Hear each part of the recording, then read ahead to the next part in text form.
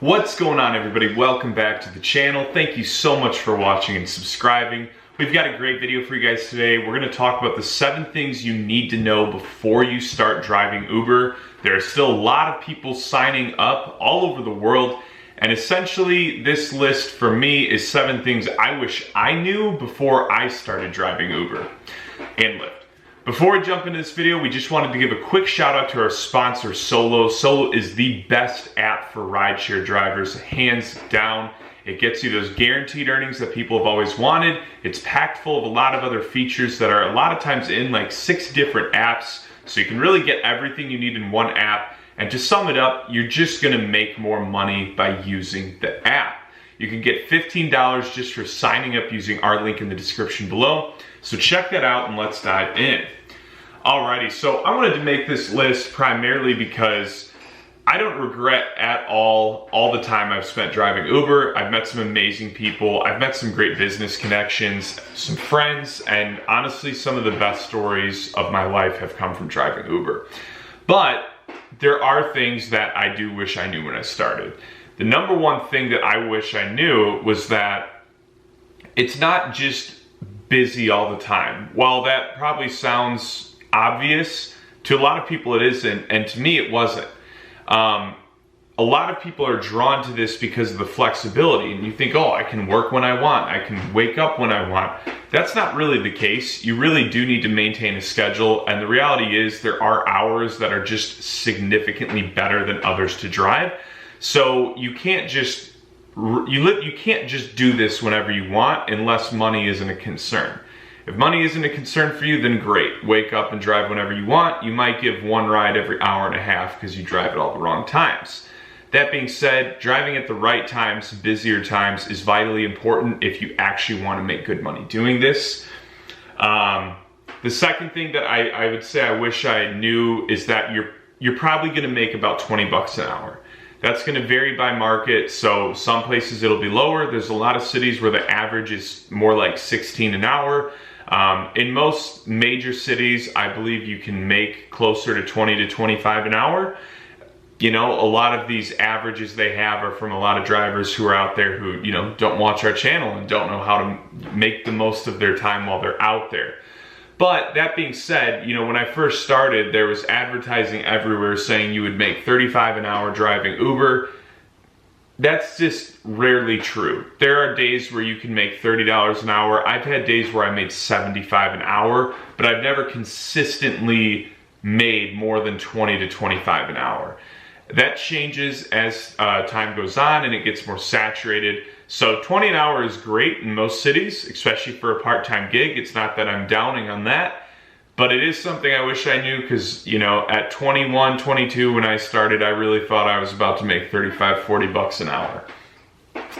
The next thing that you need to know, and I wish I really knew at the time, is just that you need to track every expense. I was very young when I started, 21 years old, barely, you know, even eligible to drive. And I just didn't really know anything about taxes yet. So I kind of just assumed some way or another it was getting taken out. I didn't have someone that told me about Uber. I found out everything on my own and clearly didn't do enough research. So my first year, I paid a lot of money in taxes at the end of the year. Track every expense if you're new to this.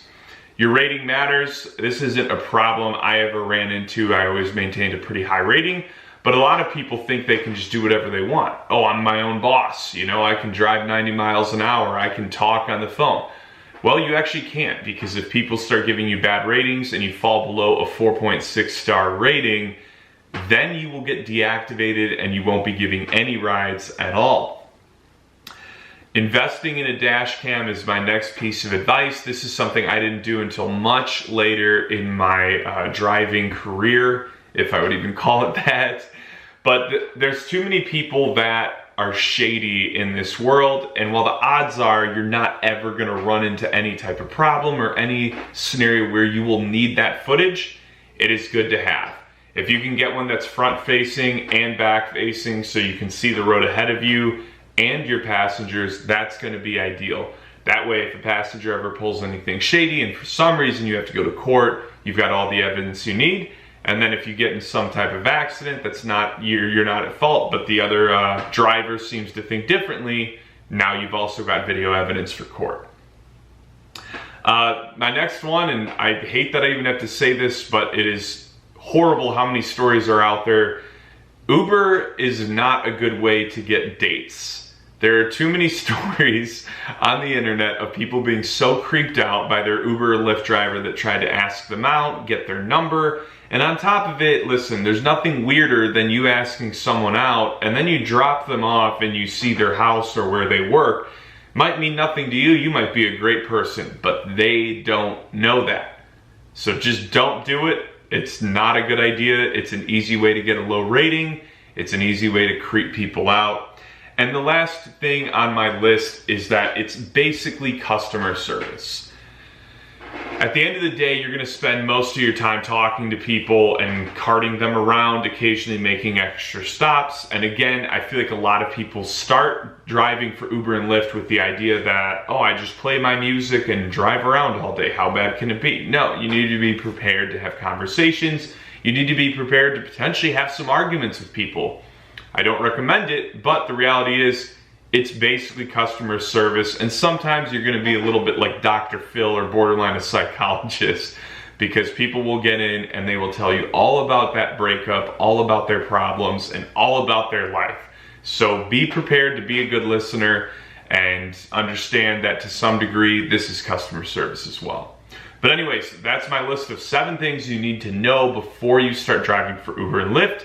Hope you guys enjoyed it. Please like, share, comment, subscribe. Check out Solo, linked in the description if you want to get some free money just for signing up. And I will talk to you guys soon.